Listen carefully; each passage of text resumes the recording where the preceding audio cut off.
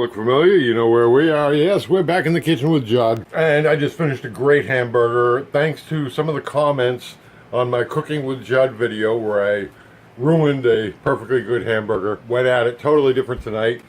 And I just took the third ball of hamburger that I put in the bag the other day, vacuum sealed, and just dropped it into the pan and squished it down with a spatula so I didn't mess with it at all.